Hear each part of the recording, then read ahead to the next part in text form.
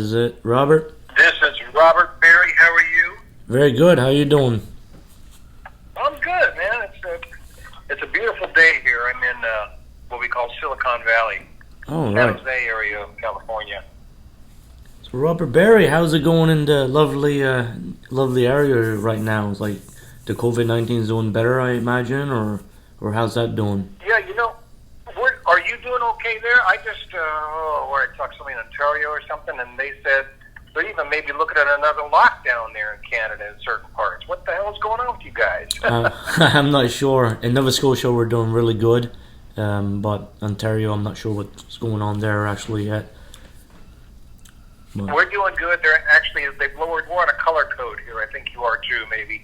And we're in maybe orange, which is they can go back to 50% indoor dining, and churches and recreation, exercise places can be open. We've had outside dining here. I'm actually in a little town called Campbell, and Campbell's sort of in the center of Silicon Valley, where, let's say, let me get the directions right here. 1 mile to the south is Netflix, where it started, headquarters there. 1 mile east is eBay, headquarters, where it started, and 2 miles west is the big Apple complex. Have you seen that thing, that donut-shaped spaceship thing? That was huge. They built, wow. and that's where Apple. I mean, I'm right in the middle of all the high-tech stuff here in a little town called Campbell, which is very quaint and small, and in the middle of all this big stuff, But we do really well here, and it's been a hard year on a lot of people. I feel a little strange here because we're all about high tech. Most people have high tech jobs, so nobody lost their job. Mm-hmm. Nobody has felt anything except for they had to stay locked down at home, and it's a little bit hard for them to relate to the rest of the country where they have lost jobs and lost their businesses and all the stuff that happens when you don't have a computer-based job. It's been tough on people. Anyway, we're not here to talk about that, but Nope. you've been okay? I'm Last been- year, you're doing good? Yeah, we're doing good. There's nothing wrong here, but there's no bars, there's no bands playing. That's the problem right now. But Yeah, I think the venues that will open first will be the small ones because there'll be enough people that will risk going in to see a band. They'll be able to take a temperature, look at their vaccination card, whatever it is. But the big venues, like 10,000 seaters, that's going to be kind of tough. I don't think people are going to be showing up to those big concerts until next year, really. we shall see. Hopefully everything goes to plan and everything goes good, I suppose. Yeah, I'd love to be wrong about that, by the way. I hope they do open up and things start happening. But We'll take it one day at a Are you time. getting your vaccinations there? You guys have enough vaccinations to I think there's get people enough. vaccinated? I think so, but we don't know yet the numbers and all that. We're put on schedules, I think. Yeah. Well, good Something luck like with that. all that. Thank you. We shall need it, perhaps. Yes. So, Robert, third impression, your third album with a 3.2. How's that? Going in the land of rock and roll. It's you guys got promo video, lyric video. How's the whole industry going with this? To promote the album, to be heard and just all that good stuff in the 2021. Yeah, I'm pleasantly surprised. I didn't know what it would be like. The first 3 album was in 1988. You might not even have been born yet. Who knows? Right? I was born, That's a long time ago. Yeah. But it did very well. We had a number 9 song on the Billboard charts. The second album was 27 years later. The rules had changed. 2018 it came out, I believe, and Keith and I were working on it in 2016. It charted on the Billboard charts. And I wasn't going to do this third album because I only had 1 song left that Keith Emerson and I had written together. And I thought, well, 3 or 3-2 is the band that Keith and I had. But the record company had told me how well that the rules have changed had done the previous album. And they said, you really should do a follow-up. So I had this 1 9-minute song left called Never. I said, well, let me see what I can write, come up with. And if I feel good about it, and I think it's something that Keith would have, if he was alive, would have liked to have worked on. And I'll move forward. So I got it done, and the record company thought it was great. My manager thought it was great. I was really worried about it. You know, we were in the middle of a pandemic. I am doing almost all the writing except for the one song myself. I don't know how people are what they're gonna think. Well, it came out in February 12th. It's been a little over a month, and it was really received with open arms, and it got better reviews even than The Rules Have Changed, the previous album, which was really nice for me because I took some chances on this, and this is the last 3 albums that can ever be 3.2 or 3. It's all the same kind of family. And so I had to take this album in a little bit of a direction that might be what I'll do in the future. You know, I'm not going to do any more 3 albums. Keith's not alive. I can't do it by myself. I have to have him. Mm-hmm. So I was pleasantly surprised that the promotion is going very well. I'm doing lots of interviews. The videos have been super well received, especially the first one, Fond Farewell. They did it at Frontiers. They did it in Italy. It was really something. And people just have responded so favorably. They're saying they like it even better than the last album, which that makes me very happy. And Robert, at Fond Farewell, the video is very well produced. I mean, how long did it take to make your parts in this? Because it seems you're playing lots of instruments. Well, the album itself, I am, but in the video, no. I mean, that's not even me in the video. I mean, I sing a few parts, I do a few things here and there, but the actor in that video was an Italian guy. That was all done in Italy. Yeah. The record company put it together, did a fantastic job. The album itself took me a year to do, between writing and getting it the way I wanted it, and I felt I had to up my game a little bit on the drums and lead guitar stuff, so I worked hard to make those, I don't know, more outstanding, let's say, you know, until people notice them more. And that was a challenge, but it seems like it's proven to be one that I met, which is great. Like I say, I'm very pleased that people like the album. It's like that. I mean, I meant like the clips you're playing drums and stuff in the promo video. Is it like the stuff of the song, or is it just clips of you randomly playing? No, I'm actually playing the song in those clips, yes. Okay, so, I mean, it should have been something to get that filmed in 2021. Was it pretty simple? You'd think so, except for my son does video. Oh, okay. So that helped. Now, the other parts were the actors out there in the abandoned subway station and NASA and all that stuff. Frontiers in Italy took care of all that stuff with him. That's not me in that part of the video. So I'm only in the performing part, and the actor took on the role of the last man on Earth, basically. He did a really good job. I'm so pleased with what they did. But I was just playing in the studio. I have a state-of-the-art studio here where I told you in Silicon Valley, and where I record everything, and pretty much everybody that's worked with me records here too. I'm very fortunate that way. And Robert, lyric videos versus actual music videos, what's your thought on that? You know, do people take real good interest in a good old lyric video now? You know, I don't care for lyric videos that much, but I have to say, the guy that did my second video, his name is Bernie. He's in the Austrian hills, way out there in his own. He did Bond of Union for me, and he captured the feeling of that. It's about family and about loss of loved ones, and as life goes on, what happens. He really did a great job. That lyric video in particular is like a movie. It doesn't feel like a lyric video. Now, other ones, even the last one was Missing Piece, was a little more like the standard lyric video, which aren't my favorite. Now, since you've asked that, and I've said that, there's one more video coming out next Monday, I think it is. Okay. It is to the song Devil of Liverpool. And I sang the choruses and played some of the bass solo stuff and some of the keyboard stuff on video. But the guy's doing a lyric video but I'm going to be inserted with the live action. So it's a combination of the two, a hybrid.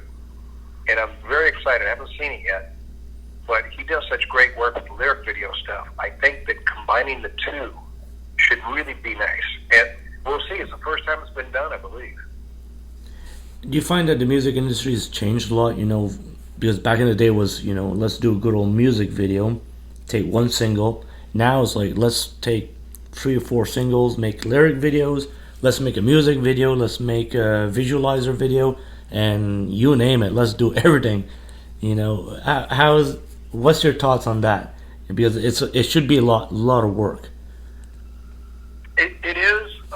Lyric videos are kind of the easy way out a lot of times. That's why I'm trying to make mine a little different than that, with having actually live action along with the lyric video part of it. Right. But these days, because of streaming, they've ruined the appetite for the listener or the buyer of an album to actually buy either a 12-inch or even a CD that has a booklet in it and read the liner notes and what the artist has to say and the pictures and stuff that sort of live within that album. Streaming has none of that, plus the artist makes no money. So to engage people to listen to an album, you sort of have to do all these promotional things. You have to do videos. I do like 100 interviews for each album, quite a few, all over the world. And it makes the difference with guys like you, right? I don't know how many readers or listeners you have, but, I'll do an interview with Prog Magazine. They have thousands and thousands. Of course. Well, that's great. But guys like you could have, now this isn't meant as an insult, trust me, you could have only 5 guys listening to you, right? But those 5 guys, they're close to you. They know you. When you say this is a good album, they're going to listen to it because they're close. When Prog Magazine, with their thousands and thousands of viewers and listeners and readers, they might only get 5 people to listen to the album. You know what I mean? It doesn't matter how big or small. It's the connection.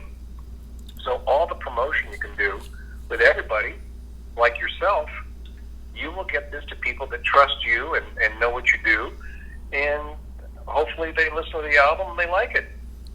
That's very well said, and I never realized that. You take a magazine like Prog Magazine, which does have thousands of people, and out of all them, how many will actually go through it? Yeah, that's interesting. Because your listeners, they're closer to you, right? They're in a smaller group. They're there because they want to be. Mm-hmm. It's just not there because it's some big metal magazine or something. It makes a difference. No, I believe that, and I'll look into that. That's a very good field of study, to look at, how people behave also, because people do tend to go with, big things like corporations, like a big magazine. That's right. And let's go with MTV back in the day, or all this stuff. But yeah, that's interesting. Do you keep in touch with Greg Kinn? Greg Kinn is in my studio every Thursday morning for 4 hours. We're writing songs. I produce the albums, and I'm his co-writer. And we just keep writing every Thursday. We have 15 songs right now. Only 6 of them are the right for the next Greg Kinn album. So in 3, 6, 8 months, whatever it takes to get 6 more that are right. We're working on it all the time. He'll be in here tomorrow. Wow, that's awesome. So it's like that, Robert. You're keeping like super busy throughout these times, and you never stop. Obviously, how is that for you? Just keeping busy and in shape in music. I have to say, because I do it all the time, Jason. Every day, I'm either working on tracks for a client at my studio. And I play a lot of instruments, as you know, so I do that for people every day. That's most of my business. A singer-songwriter will come in. If they play piano, I do everything else. If they play guitar, I do everything else. Because they either don't have a band, or their band makes things too complicated and doesn't support their song and their voice the right way. So I've made a living at doing this for people. But it also keeps me sharp, because I'm creating every day. I'm making up parts. I'm playing drums, guitar, bass, whatever, keyboard, piano, every day, and I'm mixing, I'm recording. I have the best equipment you can buy. And then once a week, Greg will come in, we'll write original material. I'm working on my own original material. And I mean, if someone will say something, I go, oh, that's a great title for a song, and I'll write it down, you know. And then when I'm trying to go to sleep at night, I'll pull out my phone and go, oh, yeah, that's whatever it is, you know. Music legends, oh, I got to write something about that. Just something will spark me. So I'm never at a loss for an idea. That was what was great working with Keith Emerson. He always had ideas. Greg King's the same way. That guy writes books, everything. You know, he's all over the map, and he's very creative. I tend to surround myself with people like that, but then other record company staff will put me in a situation where maybe a band that's been around for a while needs somebody like that has ideas and can spark things. And I guess it's like exercise, you know, when your muscles are strong, you can lift weights. Yeah. Same with writing. If your muscles are strong, if you've exercised those muscles, they can lift. It also should be a good feeling, you know, of accomplishment, releasing material, always writing stuff, knowing that you'll have something in the future to release. It's like publishing something, and, you know, I am super happy. Now let's move on, let's make another one, you know, because isn't it like that? You're exactly right, because my motto, at least for myself, is today is planned. What can I do tomorrow? So I'm always thinking down the road. You know, I need to. Okay, well, I'm already writing an album with a guy for next year, and it's going slowly because I have Greg's thing and I have my own thing with the 3.2. But you know, it's in the pipeline. I have a live at Prague Stock. My band, 3.2 band, toured in 2019. Supposed to go to Europe in 2020, but of course you know what happened in 2020. Everybody got shut down. So, but we have a live DVD of basically my history in music, the bands I've been in, and the songs I've written and played. That DVD right now I'm working on with the editor and stuff. That comes out June, July, something like that. There's also, you know, T-shirts. I have T-shirt design, and I have T-shirts in a vinyl album. I have a vinyl album that's being pressed on the new Third Impression album. So, yeah, I'm busy. But I like it. I mean, it all leads toward the same place, you know? It leads to me being creative and keeping those muscles exercised, keeping them moving. That's excellent. Yeah, I mean, talking about keeping moving up forward, do you sometimes look back and dig into stuff that's never been published, let's say, and say, oh yeah, I forgot that I wrote that and recorded it. Let's release it now. What's your take on that? You'll have to ask me that question again, because I'm not following you quite. When I look back at the old material, what I want to change, are you saying? Or no, let's say you got some unreleased material. Let's say you recorded, but you never released it. You forget that it's there. You ever go look back in your computer and say, okay, I got a whole list of stuff here never been released? You know, I don't look back in the computer because I keep my own hard drive on my Pro Tools system, a lot of client stuff, so I can always see what I have. But I have 4 books of lyrics and chords and things of songs I wrote, even back with Steve Allen in 1986. I have stuff that I wrote working on with him. And sometimes, if I just need a spark of an idea, I'll look through those books. And it's interesting because you think I do everything on a word processor or on the computer or something, but there's something about pen to paper. When you're writing, you can scratch it out, you can change it. Sometimes that leads you, you know, it's all in the process. What leads you to the next line? What leads you to the right word, the next sentence, the thought? Sometimes technology gets in the way. You know, I got to hit save. Well, just hitting save, whatever. That gets you out of the creative mode. That's the analytical side of your brain. You know, you just never know what's going to make it move forward. Certainly in Silicon Valley, working with pen and paper, that's awesome. Yeah. We need that. I don't always do that. Mostly it's on my phone, you know, but I do it. Yeah. Well, Robert, it's been a pleasure talking to you again, and hopefully this album, you know, just keeps on giving you good things, and I love the fond farewell video. Looks great, and just keep up the great work all the time. I appreciate it. Check out next week the Devil of Liverpool. My fingers are crossed that that's going to be a hybrid live action and lyric video that proves that it can be much more interesting than just a regular lyric video with words going by, you know. We'll see. I hope I'm right, because maybe I can start a new trend there where people won't make it. I don't know, they give it to somebody else basically to do. Mm-hmm. They don't do those lyric videos themselves, you know, and they don't participate in them. So I think maybe we can change that. We'll have to look. Anyway, I appreciate your time, Jason. I hope to get there and play. Well, we certainly hope as well. That means everything will be A-OK. Yeah. Oh, it's going to be anyway. We know that for sure. It's just getting the governments to get their shit together, you know, and yeah. It's hard to believe anything right now. That's the hard part. Yeah. For what someone says, there's always another person that says the exact opposite, and that's just. We need to get rid of the internet. That's what we need to do. Help me with that, would you? Let's try our best. That's where they get information. That's where life went astray. Yeah. Everybody can say things, whatever they want, way too quickly, and they don't know what they're talking about. And now they can stream music.